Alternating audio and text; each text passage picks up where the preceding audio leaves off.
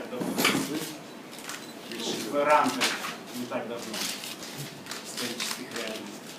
Ну, расскажите, самое главное, что хочется вас узнать, закончился ваш кругосветный. Да, закончилось наше кругосветное плавание. Из него мы вышли с нашим новым альбомом, который мы официально весь представим 25 августа, а пока, пользуясь случаем и грядущими олимпийскими играми, решили даже сегодня сыграть несколько новых песен. Тем, кто сегодня посещает Red Rocks в Ижевске.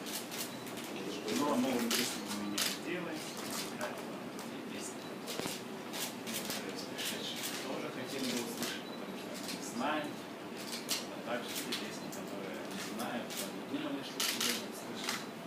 Очень такая разнообразная концертная программа, также разнообразная, как и олимпийские игры.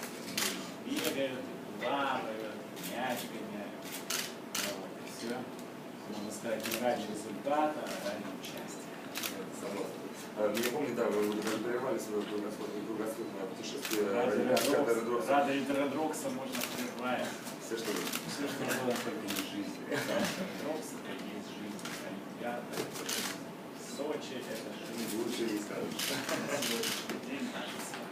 Просто да, вы взяли новые песни тоже, опять же, вроде Кемерова, и народ подпевал, и народ уже знает, но известно практически очень много. Сегодняшние технологии позволяют только рот раскрывать. Все подпевает. И там несется где-то впереди тебя, сверх смотрят, несут они электронные цифры. Скажи, пожалуйста, а что было самое сложное вообще? Все-таки кругосветное путешествие, это не даже хлебом ставить, как говорится.